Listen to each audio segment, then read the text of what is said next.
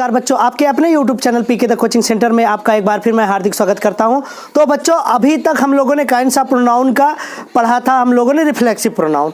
तो बच्चों, reflexive pronoun मैंने आपको बताया था कि किस प्रकार से बनता है, ये सभी मैंने पढ़ा दिया है। अगर आप लोगों ने इस क्लास को मिस कर दिया है तो इसको जाकर बैग में जाकर इसको आप क्या करेंगे, इसी चैनल पर आप इसको पढ़ सकते हैं। तो बच्चों, आज जो टर्न है अगला मैं आपको बताने वाला हूँ।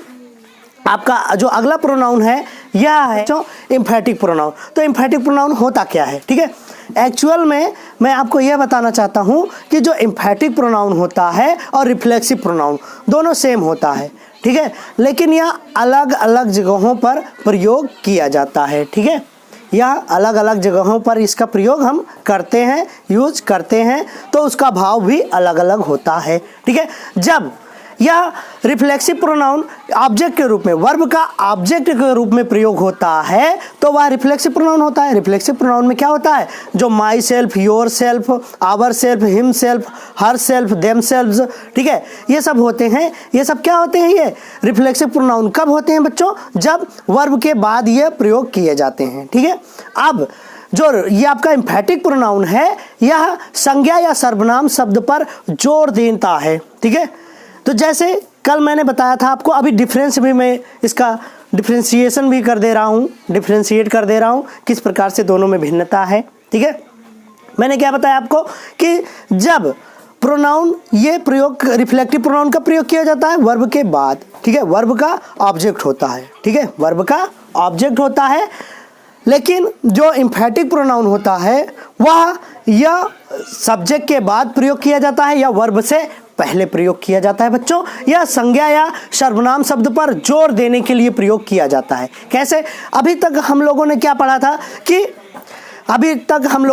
कि उसने अपने आप को बर्बाद कर लिया, ठीक है। तो इसमें जोर शब्द मतलब जो एम्फेसिस है वो नहीं हो रहा है, मतलब उस पर जोर नहीं दिया जा रहा है, ठीक है। लेकिन अगर यही बात किया जाए कि उसने खुद को या स्वयं को बर्बाद कर लिया तो इस स्थिति में वह एम्फेटिक प्रोनाउन यूज होगा। तो कैसे होगा बच्चों, आइए देखते हैं। सबसे पहले हम इसकी परिभाषा देखते हैं बच्चों। देखिए, एम्फेटिक प्रोनाउन इट मीन्स होता है ये निश्चित वाचक सर्वनाम होता है, ठीक है। तो आइए इसका सबसे पहले हम डेफिनेशन देखते हैं बच्चों। Emphatic pronouns are pronouns used for sake of emphasis on nouns or pronoun. तो बच्चों, ये जो एम्फेटिक प्रोनाउन होता है या संज्ञा या सर्वनाम शब्द पर जोर देने के लिए उस पर प्रयोग किया जाता है, ठीक है। कैसे, आइए देखते हैं। तो बच्चों, अभी तक हम लोगों ने क्या पढ़ा था कि उसने अपने आप को बर्बाद कर लिया। तो रिफ्लेक्टिव प्रोनाउन में क्या आता है, अपने आप को, और जो ये आपका एम्फेटिक प्रोनाउन है इसमें स्वयं शब्द आएगा या तो खुद आएगा, ठीक है, यानी जोरदार सूचक होगा। कैसे, आइए देखते हैं। या एम्फेटिक प्रोनाउन कैसे होगा, आइए देखते हैं। जैसे कि एग्जाम्पल हम लोग आप देख रहे हैं, आप जैसे उसने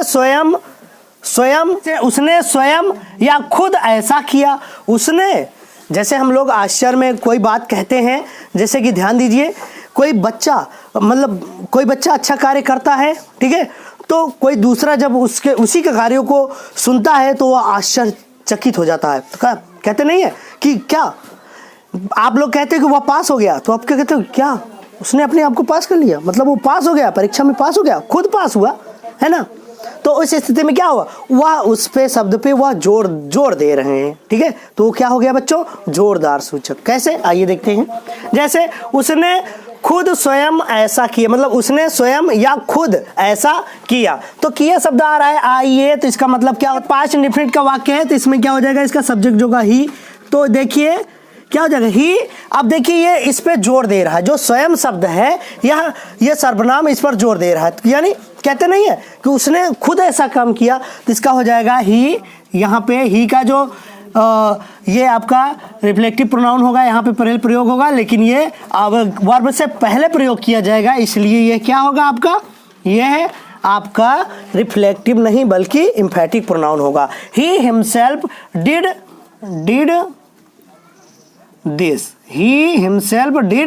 दिस, ठीक है। अब देखिए, तो इसी प्रकार से अगला देखिए, उसने स्वयं या खुद निर्णय लिया। तो देखिए, कोई निर्णय लेने का अधिकार जो होता है वह स्वयं का होता है, ठीक है। जब क्या होता है जब कोई व्यक्ति कहता है कि हाँ मैं ये काम करूँगा, ठीक है, और वो सफल हो जाता है तो कोई दूसरा उस पर बात करता है, क्या तो क्या उसने ही निर्णय लिया था, खुद निर्णय लिया था, क्या उसने खुद निर्णय लिया था। तो उस स्थिति में यहाँ पर क्या हो रहा है, उसने शब्द पर ये जोर देख रहे हैं, मतलब उसके पर जोरदार सूचक हो रहा है, यानी निश्चित है कि उसने क्या कर लिया, स्वयं किया। तब क्या हो जाएगा, ही। अब देखिए ही का जो ऑब्जेक्टिव केस होता है उसमें क्या करेंगे, SELF लगा देंगे। ही हिमसेल्फ निर्णय लिया, टुक द डिसीजन, ठीक है। यहाँ पे देखिए he himself took the decision, तो लेना जो होता है लिया, यानी टेक का थर्ड जो होता है सेकेंड फॉर्म टुक होता है बच्चों। द डिसीजन मतलब निर्णय लिया, ठीक है। तो ये क्या कर रहा है, जो हिमसेल्फ ये है आपका, ये किस पर जोर दे रहा है, ये नाउन पर, और ये भी हिमसेल्फ किस पर दे रहा है जोर, इस पर। क्या कर रहा है, एम्फेसिस, यानी एम्फेसिस ऑन नाउन और प्रोनाउन, तो ये प्रोनाउन है और इस पे क्या कर रहा है, ये जोर दे रहा है। आगे, उसने स्वयं इसे कबूला, उसने स्वयं इसे कबूला, तो इसका हो जाएगा बच्चों ही हिमसेल्फ, इसका भी वही होगा, ही हिमसेल्फ। उसी तरह एडमिटेड, ADMITTED,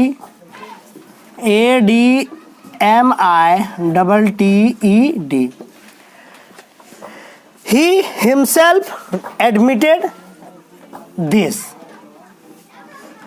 ठीक है। अब देखिए यहाँ पे आगे, तुम स्वयं या खुद उससे बात कर सकते हो, तो इसका हो जाएगा बच्चों यू कैन योरसेल्फ, यहाँ पे बात कर सकते हो, टॉक टू हिम। यहाँ पे बच्चों देख लीजिए यह वाक्य क्या हो गया, कंप्लीट हो गया। You can yourself talk to him, तुम उससे खुद बात कर सकते हो, ठीक है। कैसे, जैसे कि आप लोग कहते नहीं हो कि पिताजी मेरे विद्यालय में आप बात कर लीजिएगा, तो पिताजी आपको तुरंत कहते हैं कि क्या तुम बात नहीं कर सकते हो, तो हम खुद बात कर सकते हो। क्या कर सकते हो, तुम बात कर सकते हो, तो तुम्हारे ऊपर जोर डाल के कह रहे हैं ना, जोर डाल के कह रहे हैं ना कि तुम खुद बात करोगे या खुद बात कर सकते हो। तो इस स्थिति में वह उस पर जोर डाल रहे हैं, तो वो क्या हो गया बच्चों, ये आपका क्या हो गया, ये एम्फैटिक प्रोनाउन हो गया। तो इसमें जोर डालते हैं, और जो आपका वो रिफ्लेक्सिव प्रोनाउन होता है उसमें जोर नहीं दिया जाता है बच्चों, ठीक है। तो बच्चों मैं आज के लिए बस इतना ही आपको बताना चाह रहा था और मैंने आपको बताया, तो मैं आशा करता हूं कि इसको आप बहुत ही अच्छे तरीके से समझ गए होंगे। तो एक बार देख लीजिए और अच्छे तरीके से समझ लीजिए कि क्या मैंने आपको बताया, तो इसको आप ज़रूर कीजिएगा, ज़रूर समझिएगा, और अच्छे तरीके से इसको मैं आशा करता हूं कि बहुत ही अच्छे तरीके से समझ गए होंगे। तो बच्चों आज के लिए बस इतना ही। मैंने आपको डिफरेंस भी बताया, आपको कल आपका पॉसेसिव प्रोनाउन नहीं बल्कि इंडेफिनिट प्रोनाउन होगा। इंडेफिनिट प्रोनाउन क्या होता है बच्चों, कल हम अगली क्लास में पढ़ेंगे एक नई शुरुआत के साथ। तब तक के लिए good bye, good night, bye bye.